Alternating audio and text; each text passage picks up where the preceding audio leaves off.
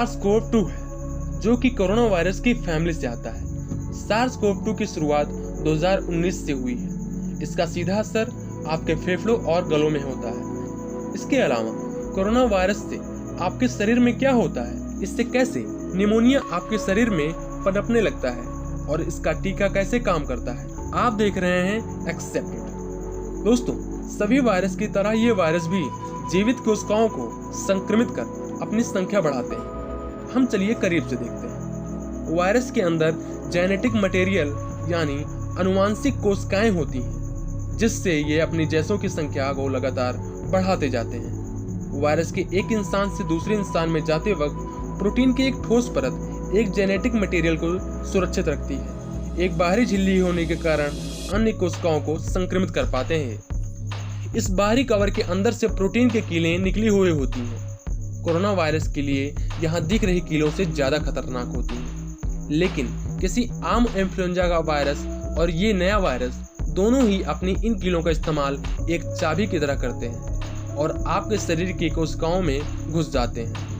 यहाँ ये शरीर के अंदर से प्रभावित करते हुए नए वायरस को बनाने में लग जाते हैं। जब एक संक्रमित व्यक्ति बात करता है, खांसता है या छींकता है, तो वायरस की छोटी बूंदें आपके नाक या मुंह से होते हुए फेफड़ों में जा सकती हैं। एक बार आपके शरीर में आने पर यह वायरस आपके गले, नाक और फेफड़ों की कोशिकाओं के साथ संपर्क में आ जाएगा।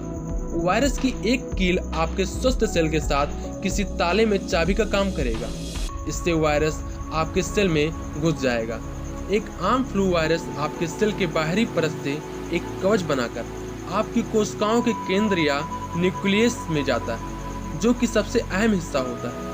इसके बाद वायर कवच और मेम्ब्रेन मिल जाते हैं और सेल के न्यूक्लियरा में प्रवेश कर लेते हैं। वहीं दूसरी तरफ कोरोना वायरस को किसी भी दूसरे सेल के न्यूक्लियस में प्रवेश करने की ज़रूरत नहीं होती है। ये सीधे होस्ट सेल के राइबोसोम के हिस्सों तक जा सकता है। राइबोसोम वायरस के जेनेटिक सूचना का इस्तेमाल करते हुए वायरस प्रोटीन बन जाते हैं, जैसे कि वायरस की सतह पर दिखने वाले कील। इन कीलों को वेसिकल्स में ले जाते हैं। इसके बाद सेल के अंदर मौजूद पैकेजिंग आकृति इन कीलों को वेसिकल्स में ले जाती है, जो कि सेल की बाहरी परत यानी मेम्ब्रेन में मिल जाते हैं। वो सभी हिस्से जिनकी ज़रूरत एक नया वायरस बनाने के लिए होती है, वो आपके सेल मेम्ब्रेन के नीचे इकट्ठे हो जाते हैं। फिर एक नया वायरस सेल मेम्ब्रेन से अलग होते हुए जन्म लेने लगता है। लेकिन जब कोई वायरस फैलता है तो लोगों में निमोनिया के लक्षण क्यों दिखाई देते हैं? इसके लिए हमें आपके फेफड़ों को देखना होगा। हमारे दोनों फेफड़ों में अलग अलग सेक्शंस होते हैं, जिन्हें लोब कहा जा सकता है। आमतौर पर जब आप सांस लेते हैं तो हवा आपके सांस के नली में आराम से घुस जाती है, जहाँ से ये बड़ी नलियों में या ब्रोंकाई में जाती है और फिर पतली नलियों या ब्रोंचियोल्स में जाती है और फिर पतली नलियों ब्रोंचियोल्स में जाकर छोटी थैली जैसी आकार की एल्वियोलाई में जाती। आपका सांस का रास्ता और ये थैलियाँ लचीली होती हैं। जब आप सांस अंदर लेते हैं तो ये छोटे गुब्बारे की तरह फूलती हैं और जब आप सांस छोड़ते हैं तो ये पिचकती हैं।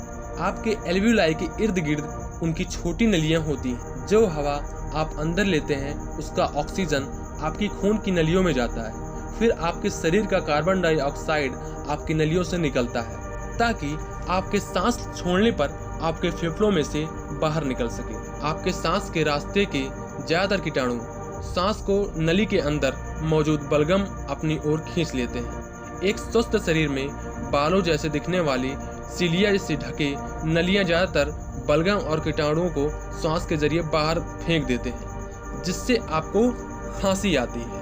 आमतौर पर आपका रोगों से लड़ने वाला सिस्टम उन वायरस और कीटाणुओं पर हमला करता है जो म्यूकस को मारकर आपके एल्यूलाइस तक पहुंच जाते हैं। हालांकि अगर आपका रोगों से लड़ने वाला सिस्टम कमज़ोर हो गया है तो ये वायरस उन लड़ाकू सेलों को हराकर आपके ब्रोंचियोल्स और एल्वियोलाई में जलन महसूस कराने लगते हैं, क्योंकि आपका सिस्टम बढ़ते हुए वायरस से लड़ रहा होता है। इन जलन से फेफड़ों में पानी जैसा भरने लगता है, जिससे आपके शरीर में ज़रूरत जितना ऑक्सीजन लेना मुश्किल हो जाता है। आपको इससे लेबोर निमोनिया हो सकती है, जहां आपके फेफड़ों पर लोब का असर पड़ता है, या आपको ब्रोंको निमोनिया हो सकता है, जिससे आपके फेफड़ों के कई हिस्सों पर असर पड़ेगा। निमोनिया से सांस लेने में तकलीफ हो सकती है। सीने में दर्द, खांसी, बुखार, ठंड लगना, सर दर्द, बदन दर्द और थकान जैसे लक्षण हो सकते हैं। इससे और गंभीर समस्या भी आ सकती है। तब सांस लेने में परेशानी होने से सांस न आने पर खतरा और भी बढ़ सकता है, जहां आपको वेंटिलेटर नामक एक मशीन पर निर्भर होना पड़ेगा। ये वो मशीनें हैं जो जानें बचा सकती हैं और इसे बनाने वाली कंपनियां इस वक्त इसका उत्पादन लगातार बढ़ा रही हैं। आप में ये लक्षण दिखेंगे या नहीं दिखेंगे, ये कई बातों पर निर्भर करता है, जैसे कि आपकी उम्र और क्या आपको पहले से कोई बीमारी तो नहीं है।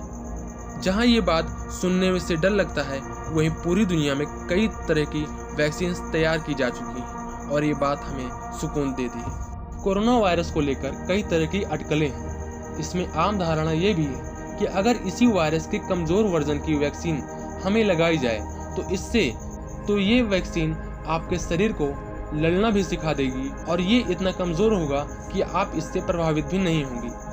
कुछ ही हफ्तों में रोगों से लड़ने वाली आपके सिस्टम में मौजूद सेल एंटीबॉडी बना लेगी, जो कि कोरोना वायरस या इसके प्रोटीन वाले कीलों से लड़ने में कारगर साबित होगी। ये एंटीबॉडी वायरस से जुड़ जाएंगे और वायरस को आपके सेल में जुड़ने नहीं देंगे।